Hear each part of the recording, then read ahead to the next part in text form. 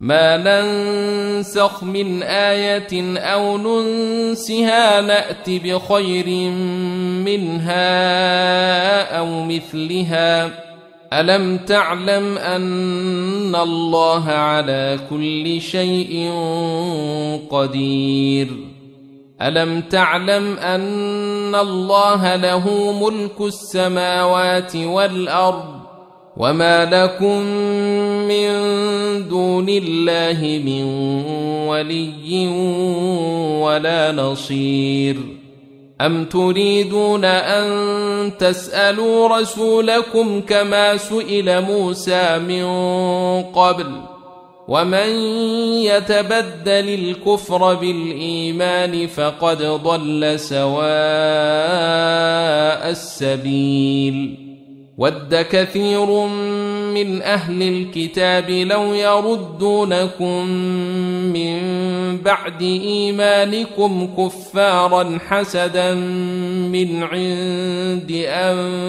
أنفسهم من بعد ما تبين لهم الحق فاعفوا واصفحوا حتى يأتي الله بأمره إن الله على كل شيء قدير وأقيموا الصلاة وآتوا الزكاة وما تقدموا لأنفسكم من خير تجدوه عند الله إن الله بما تعملون بصير وقالوا لن يدخل الجنة إلا من كان هودا أو نصارى تلك أمانيهم قل هاتوا برهانكم إن كنتم صادقين بلى من أسلم وجهه لله وهو محسن فله أجره عند ربه ولا خوف عليهم ولا هم يحزنون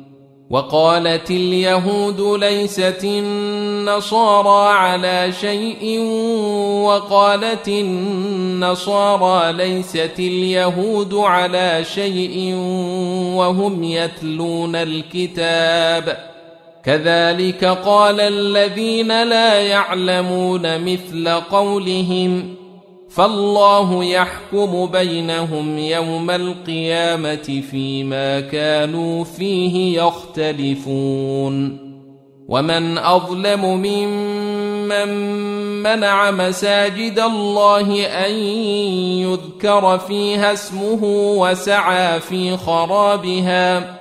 أولئك ما كان لهم أن يدخلوها إلا خائفين لهم في الدنيا خزي ولهم في الآخرة عذاب عظيم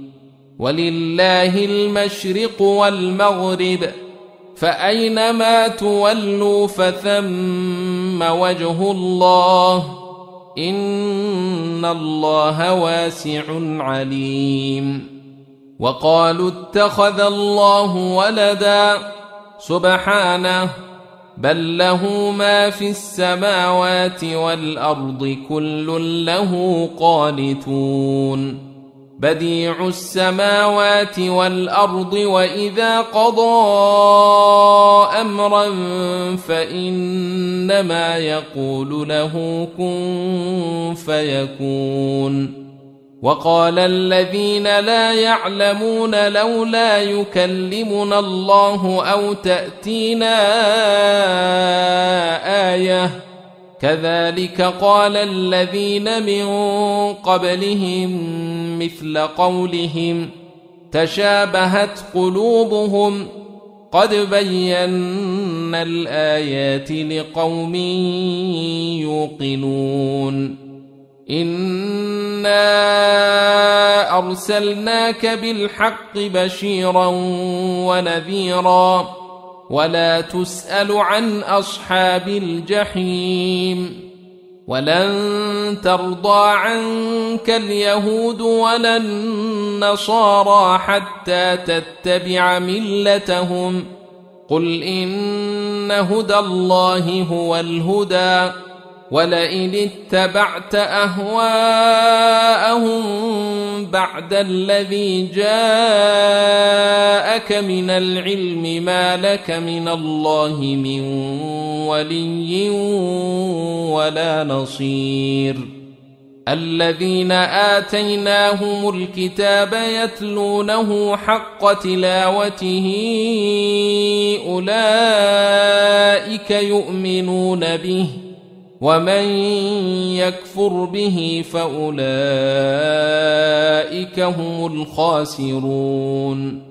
يا بني إسرائيل اذكروا نعمتي التي أنعمت عليكم وأني فضلتكم على العالمين واتقوا يوما لا تجزي نفس عن نفس شيئا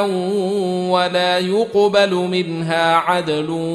ولا تنفعها شفاعة ولا هم ينصرون وإذ ابتلى إبراهيم ربه بكلمات فأتمهن قال إني جاعلك للناس إماما قال ومن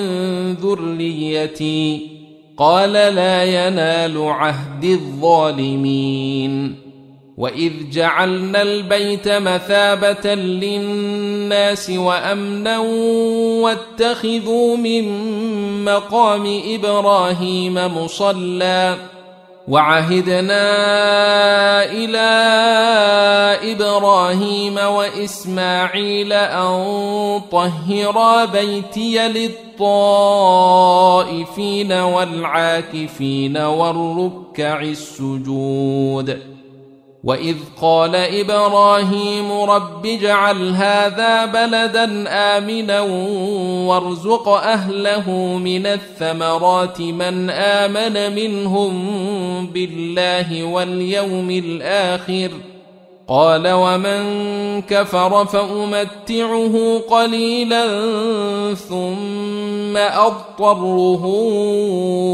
إلى عذاب النار وبئس المصير